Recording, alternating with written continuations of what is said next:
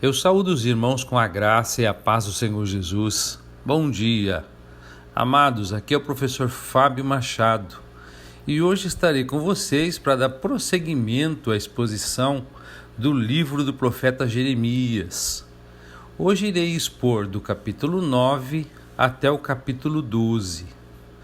No capítulo 9, o profeta prossegue desejando que sua cabeça fosse uma fonte de águas e os seus olhos um manancial de lágrimas para lamentar por todos os que morreram. Também desejava um lugar de refúgio bem distante para ficar longe daquele povo por causa da sua impiedade, condenando o pecado e ameaçando os juízos de Deus por causa dele, e lamentando amargamente ambas as coisas, como alguém que não se alegra com a iniquidade, nem fica satisfeito com as calamidades. Do verso 1 ao verso 8, ele expressa aqui a sua grande tristeza pelas desgraças de Judá e Jerusalém, e o seu ódio pelos seus pecados de adultério, traição, falsidade, engano, calúnia e mentira, que trouxeram tais desgraças a eles. Nos versos 9 ao 16, ele justifica Deus na grandeza da destruição trazida sobre eles, enumerando cada um dos seus pecados. Nos versos 17 ao 22, ele convoca outros para lamentar o triste caso de Judá e Jerusalém, inclusive considerando contratar pranteadeiras e exortando as mulheres a ensinarem suas filhas a lamentar e umas às outras a prantear. Dos versos 23 a 26, ele lhes mostra a loucura e a inutilidade de confiar na sua própria força ou sabedoria, nos privilégios da sua circuncisão, em qualquer sinal externo, exceto em Deus e somente nele. No capítulo 10, nós podemos conjecturar que a profecia desse capítulo tenha sido transmitida depois do primeiro cativeiro, no tempo de Jeconias e Joaquim, quando muitos foram levados à Babilônia. Pois aqui há uma dupla referência.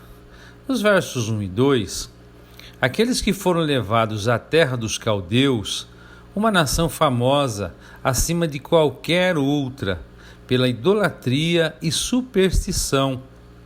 E aqui eles são advertidos contra a contaminação do lugar, para que não aprendessem o caminho das nações e suas religiões. Dos versos 3 a 5, pois a sua astrologia e idolatria eram loucura, uma confiança estúpida em coisas que não podem salvar. Dos versos 6 a 9, da mesma maneira, eles são exortados a aderir firmemente ao Deus de Israel, pois não há ninguém como ele. O único que pode salvar e em quem se pode confiar é o Senhor, o incomparável. E os adoradores dos ídolos eram loucos e insensatos. Dos versos 10 ao 13, ele é o Deus verdadeiro, que vive eternamente e que governa o mundo. Nos versos 14 e 15, isso ficará evidente no dia da sua visitação. No verso 16, por isso seu povo é feliz, porque ele é a sua herança. Nos versos 17 e 18, aqueles que ainda permaneciam na sua própria terra são advertidos contra o sentimento de segurança e aconselhados a se preparar para fugir e a esperar aflições, pois seriam capturados.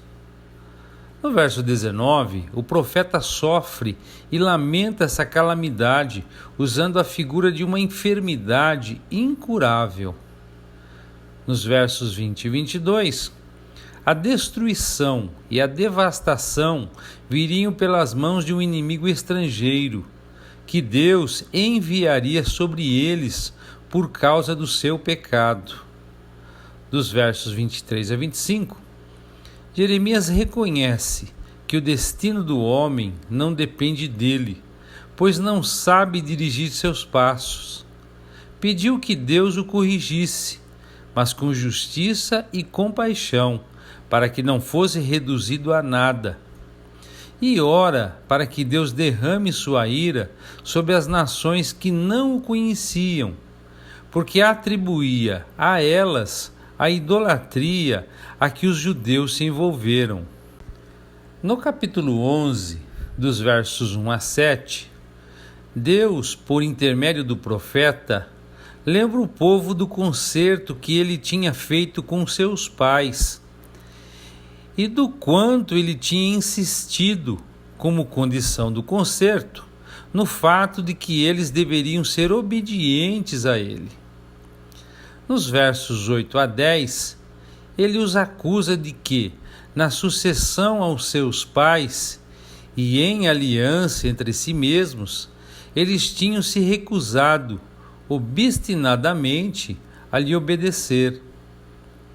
Dos versos 11 ao 13, ele ameaça puni-los com a destruição total pela sua desobediência, especialmente por sua idolatria, e lhes diz que os seus ídolos, embora numerosos, jamais poderiam salvá-los. No verso 14, e que o próprio Jeremias não deveria orar por eles, pois o Senhor não os ouviria. Dos versos 15 a 17, ele também justifica os seus procedimentos, por terem trazido todo esse mal a si mesmos, pelo prazer que têm em praticar o mal. Era por sua própria loucura e deliberação. Nos versos 18 e 19, aqui nós vemos um relato de uma conspiração formada contra Jeremias por seus compatriotas, os homens de Anatote. A revelação que Deus fez a ele. No verso 20, nós temos a oração de Jeremias contra eles. E nos versos de 21 a 23, uma predição dos juízos de Deus sobre eles. Por causa disso, os jovens morreriam à espada, e os filhos e filhas de fome, e não restaria nenhum deles. No capítulo 12, nos versos 1 e 2, nós temos aí a humilde queixa que o profeta faz a Deus ao considerar o sucesso que os ímpios tinham em seus costumes ímpios. Nos versos 3 e 4, o seu apelo a Deus a respeito da sua própria integridade, com uma oração para que Deus, pelo bem do povo, trouxesse um fim à impiedade deles. Os versos 5 e 6, nós temos a reprovação de Deus ao profeta, pela sua inquietude com seus problemas atuais, pedindo-lhe que se preparasse para problemas maiores, pois até mesmo sua família transformou-se em seus inimigos. Dos versos 7 ao 13, uma triste lamentação pela deplorável condição atual do Israel de Deus, desamparado, entregue nas mãos dos inimigos, rebelde a Deus, por isso odiado, devorados pela espada divina, sem tranquilidade, numa terra que nada produz. Dos versos 14 ao 17, nós temos uma promessa de misericórdia ao povo de Deus, em uma proclamação de ira contra os seus vizinhos, que ajudavam a aumentar a sua aflição.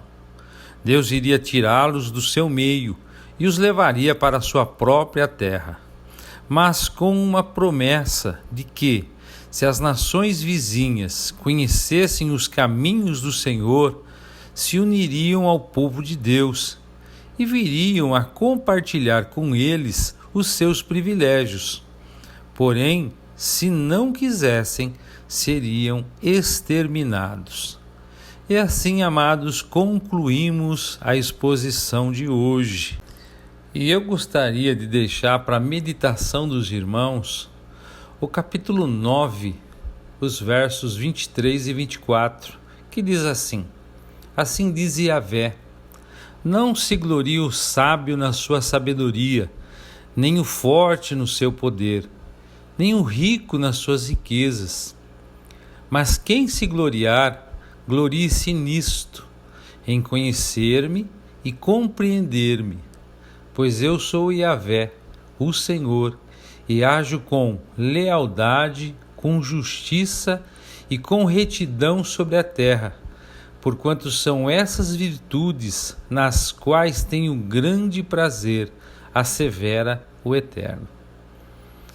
Queridos, esse texto faz-nos refletir sobre o que tem sido a nossa busca, o que nós, como cristãos, temos buscado, o que nos alegra, em que nós nos gloriamos, nas nossas conquistas, nas bênçãos que conseguimos, ou nós conseguimos compreender o que o Senhor nos fala?